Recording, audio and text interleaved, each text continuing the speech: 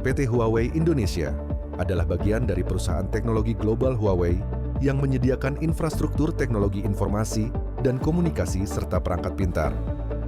Didirikan di Indonesia pada tahun 2000, perusahaan ini bergerak dalam penelitian dan pengembangan, produksi dan pemasaran perangkat telekomunikasi, serta solusi teknologi informasi lainnya untuk operator telekomunikasi dan berbagai sektor bisnis di Indonesia. Saat ini, Huawei Indonesia menawarkan layanan cloud, teknologi 5G, dan infrastruktur telekomunikasi. Melalui Huawei Cloud, Huawei menyediakan infrastruktur cloud dengan latensi rendah, ketersediaan tinggi, serta arsitektur disaster recovery yang andal. Selain itu, Huawei juga bekerja sama dengan penyedia telekomunikasi lokal untuk membangun jaringan 5G, mendukung transformasi digital di banyak kota besar. Huawei Indonesia aktif berkolaborasi dengan berbagai stakeholder, mulai dari pemerintahan, sektor industri, akademisi, hingga media untuk mendorong transformasi digital di Indonesia. Salah satu inisiatif penting adalah pembangunan ekosistem cloud lokal dan pelatihan SDM digital guna mendukung strategi nasional Making Indonesia 4.0. Melalui kerjasama dan adopsi teknologi seperti cloud dan 5G, Huawei mendukung berbagai sektor, mulai dari layanan publik, logistik, industri, hingga startup dalam mempercepat transformasi digital. Huawei Indonesia berkomitmen untuk memperluas akses teknologi dan memperkuat infrastruktur digital nasional. Dengan moto In Indonesia, for Indonesia, perusahaan terus menjalin kemitraan strategis guna mewujudkan Indonesia yang lebih tersambung, efisien, dan siap menghadapi era digital. Pada kesempatan ini, kami menghadirkan narasumber dari Huawei Indonesia, yaitu Helmy Hananto Desandra, yang saat ini menjabat sebagai Operation Support System Engineer. Beliau bertanggung jawab dalam pengelolaan Operational Support System yang mendukung operasional jaringan, mulai dari pemantauan performa, analisis kualitas layanan, hingga memastikan jaringan berjalan secara optimal dan efisien. Berikut adalah pemaparan dan wawancara bersama Helmy Hananto Desandra, OSS Engineer dari Huawei Indonesia. Selamat sore Mas, perkenalkan saya Brahma Prameswara Tarigan, berasal dari Prodi Informatika dan Fakultas Teknologi Informasi dan Sains Data. Terima kasih banyak karena sudah bersedia meluangkan waktu untuk kami. Pada kesempatan ini, kami ingin melakukan wawancara terkait etika profesi di bidang pekerjaan Mas. Wawancara ini bertujuan untuk mengetahui bagaimana etika profesi di dalam pekerjaan bidang Mas sendiri. Kami sangat menghargai setiap informasi yang Mas berikan atau sampaikan kepada kami. Data yang diberikan atau nanti apapun yang sudah Mas jawab akan digunakan atau keperluannya dan akan dijaga kerahasiaannya sesuai etika penelitian yang kami telah buat. Semoga wawancara ini bisa berjalan lancar dan memberikan manfaat bagi kedua belah pihak. Boleh diperkenalkan dulu Mas sebelumnya namanya siapa? Oke, perkenalkan nama saya Helmy Hanado Desandra. Sekarang saya bekerja di PT Huawei sebagai OSS Engineer atau Operation Support System Engineer. Untuk lebih spesifiknya, saya bekerja di Project Managed Service Indosat Ooredoo and Hutchison 3 atau IOH. Oke Mas, baik terima kasih sudah mau memperkenalkan dirinya dan juga bidangnya dalam bekerjanya. Jadi untuk pertanyaan pertama, apa tanggung jawab utama Mas dalam posisi sehari-hari? Oke, kalau untuk tugas utama seorang OSS engineer itu yaitu menjaga supaya sistem jaringan itu tetap sehat. Tugas OSS engineer itu memastikan supaya kami itu bisa memonitor semua perangkat jaringan itu 24/7. Jadi kebanyakan tugasnya itu berupa coding untuk otomasi pengumpulan data, misalnya parsing file log dari perangkat atau juga troubleshooting kalau ada performa data yang menurun atau bahkan hilang. Oke, nah untuk kontribusi yang Mas lakukan di dalam perusahaan ini, apa yang terhadap yang tujuan yang besar ini? Ah, untuk gampangnya, peran dari OS engineer itu dia itu kayak kasih mata buat tim manajemen. Kalau nggak ada data dari sistem saya, itu tim manajemen itu jadi nggak bakal tahu kalau ada layanan yang down. Jadi manajemen itu juga jadi buta, nggak bisa ambil keputusan kapan harus tambah kapasitas. Jadi saya ini eh, kontribusinya itu bantu jaga kualitas layanan ke pelanggan. Baik. Untuk pertanyaan yang selanjutnya, apa sih Mas kayak tantangan, etika atau keputusan sulit yang sering muncul di pekerjaan Mas? Hmm. Kalau dalam OS Engineer ini, umumnya itu mereka punya akses yang super ke data yang sangat sensitif, seperti konfigurasi perangkat. Nah, tantangan terbesarnya yaitu jaga rahasia. Jadi, OS Engineer ini harus disiplin banget supaya kita itu nggak mengintip data-data yang bukan urusan kerjaan kita, walaupun kita punya akses ke situ. Jadi, umumnya itu lebih ke arah kerahasiaan data. Oke. Nah, sekarang mungkin masuk ke spesifikasi pekerjaan lah ya Mas, ya. Kalau misalnya teknis apa sih Mas yang paling dibutuhkan untuk menjalankan pekerjaan Mas ini dengan baik? Nah, kalau untuk tes teknis dari OSS Engineer itu yang paling utama itu soal scripting, terutama itu pakai Python.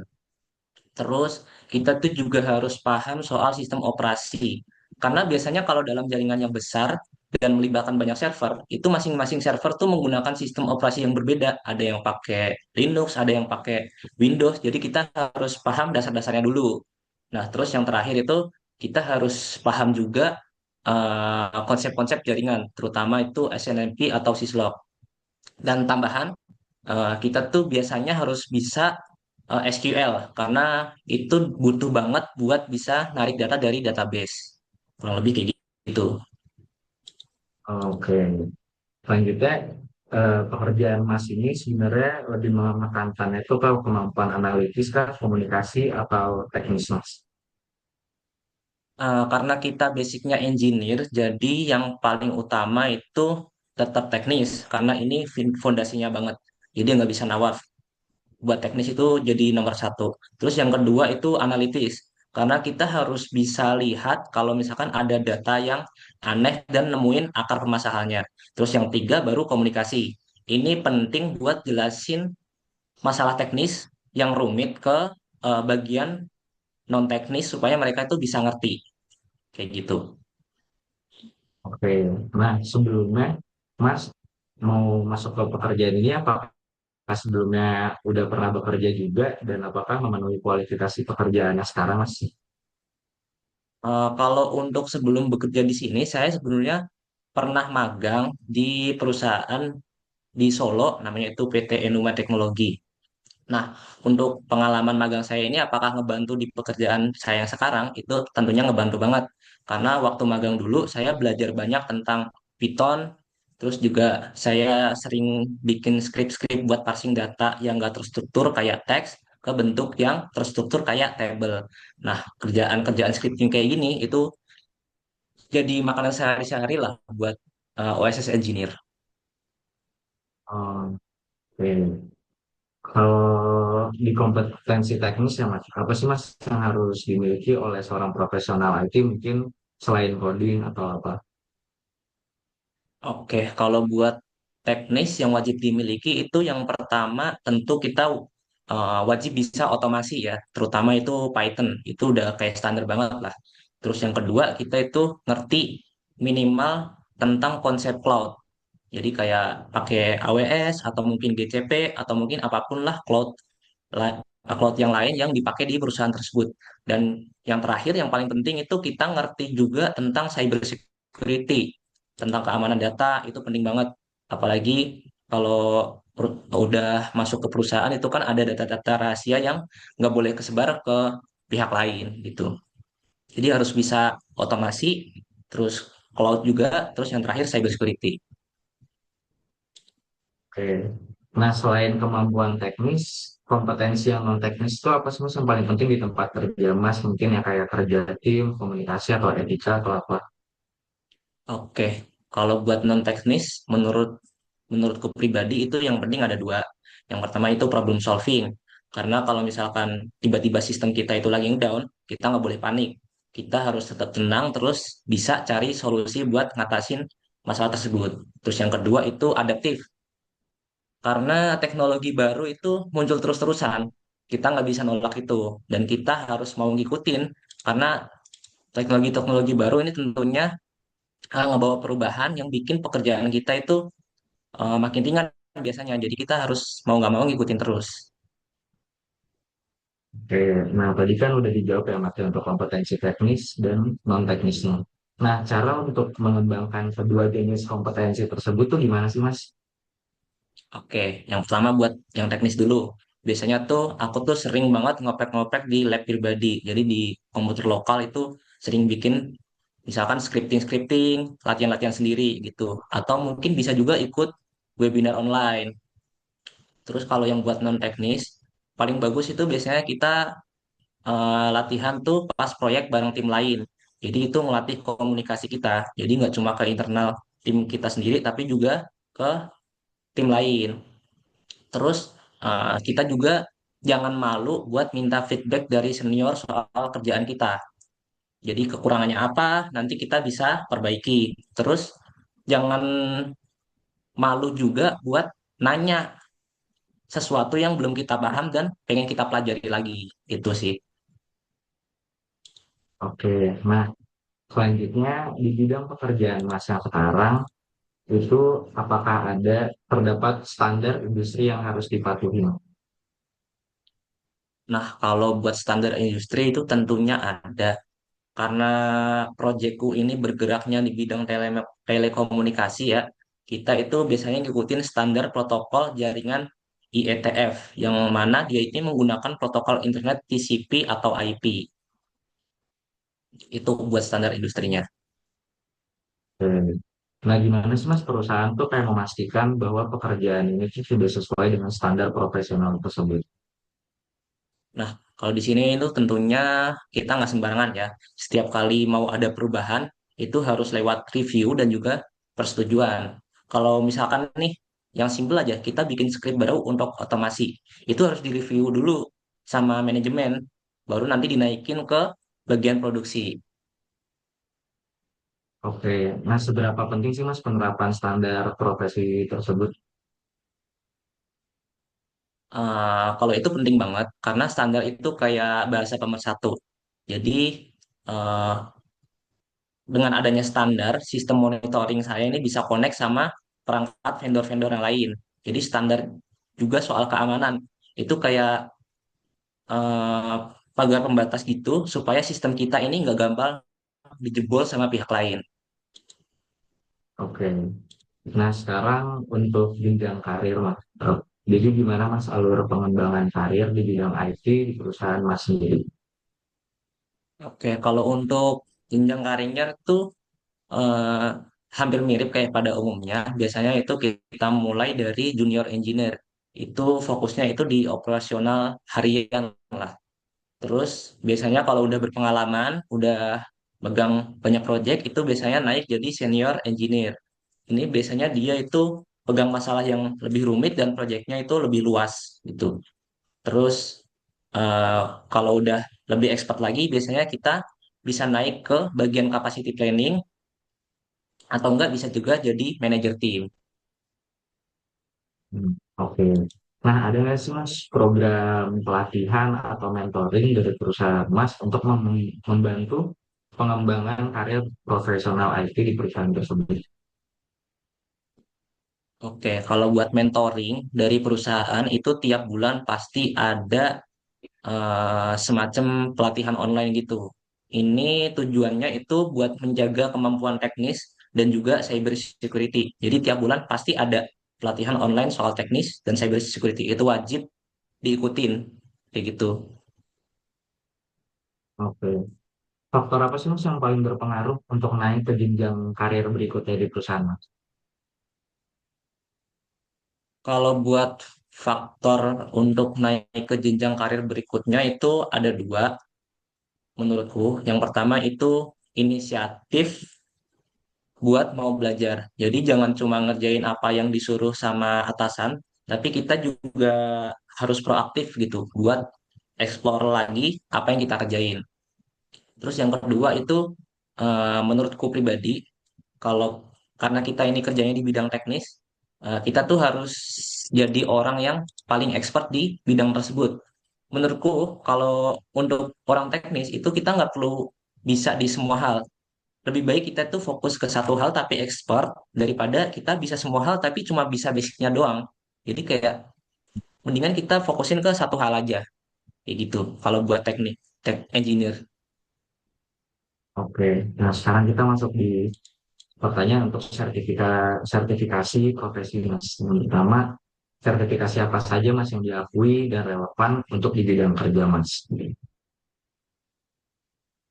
Oke, mungkin kalau di perusahaanku aja ya, eh, itu karena proyekku ini berhubungan dengan jaringan, jadinya sertifikasi yang paling relevan itu menurutku yang dari Cisco. Karena itu sertifikasi ini tuh dia tuh ngecakup topik-topik dasar soal jaringan kayak keamanan, otomasi, terus juga pemrogramannya juga, terus juga ada topik-topik yang lebih spesifik kayak routing, switching, atau bahkan wireless device gitu. Oke. Nah, perusahaan tuh memberikan dukungan nggak sih Mas untuk mengikuti tes atau sertifikasi tersebut? Kalau untuk sertifikasi dari luar, itu perusahaan nggak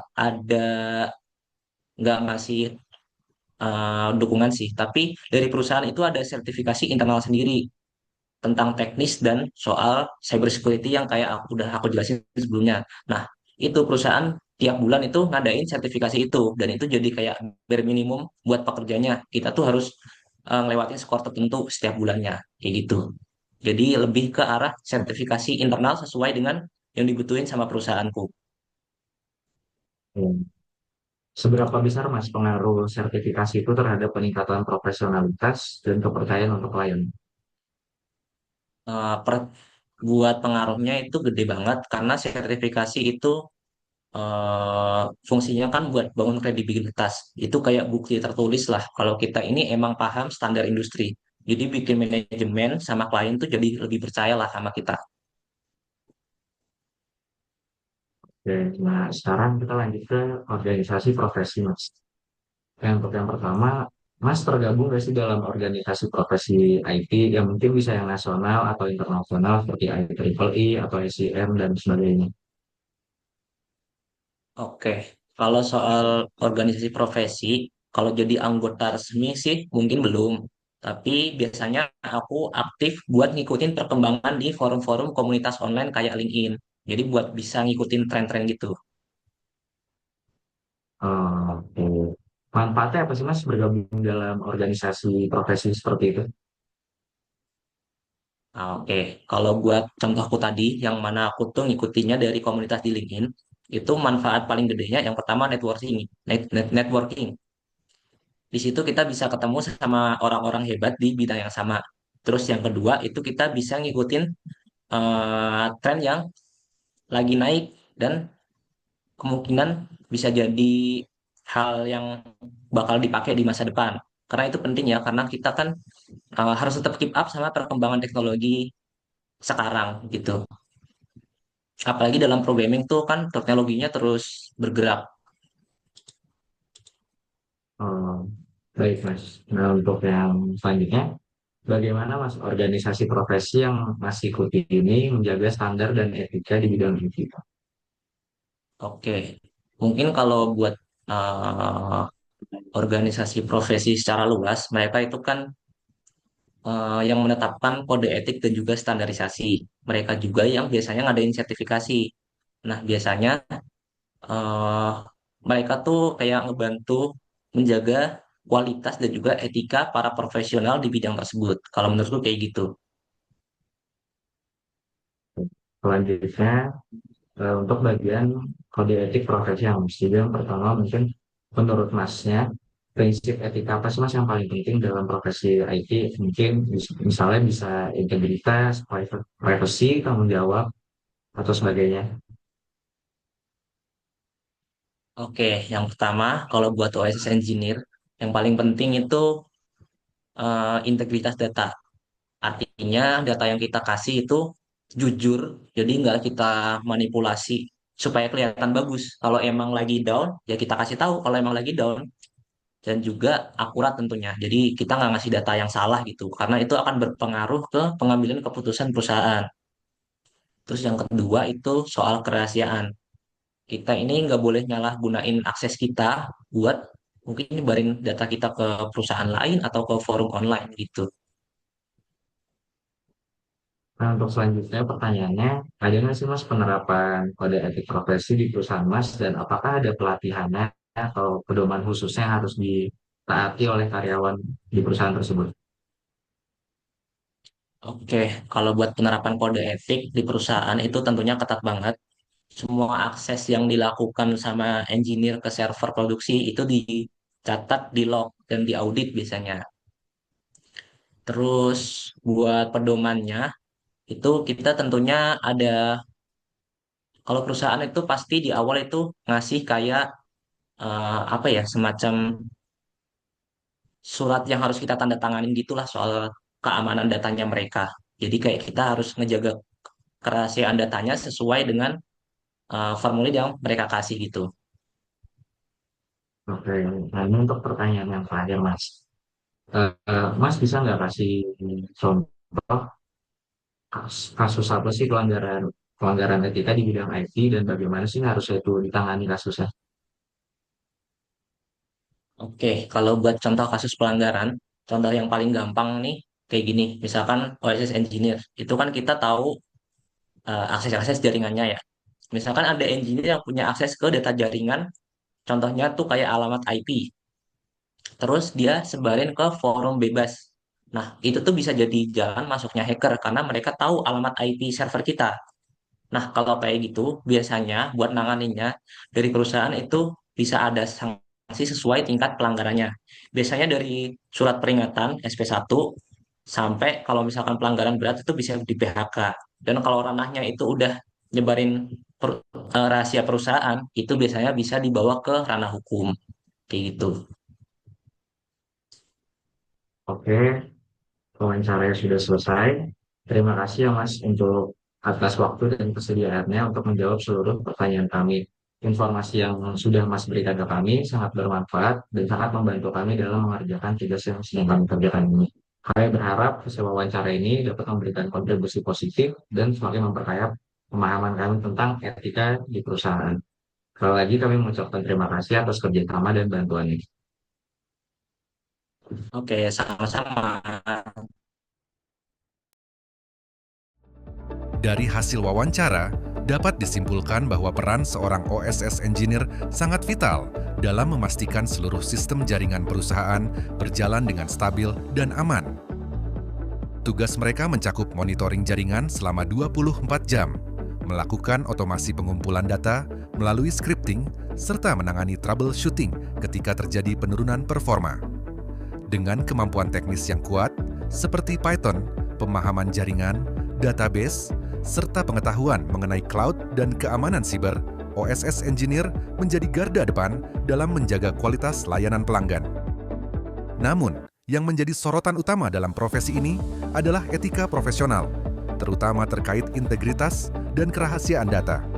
Karena memiliki akses langsung ke konfigurasi dan informasi sensitif, seorang OSS Engineer harus memastikan setiap data yang diolah dan disampaikan benar-benar akurat, tidak dimanipulasi, dan dijaga kerahasiaannya.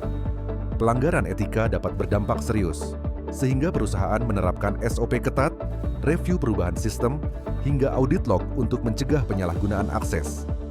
Selain aspek teknis dan etika, profesi ini juga menuntut kemampuan non-teknis seperti problem solving di bawah tekanan, komunikasi efektif, serta adaptabilitas terhadap perkembangan teknologi yang sangat cepat.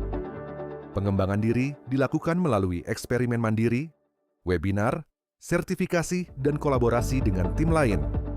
Kedepannya, jenjang karir OSS Engineer terbuka dari junior hingga senior engineer, bahkan menuju peran manajerial atau spesialis capacity planning.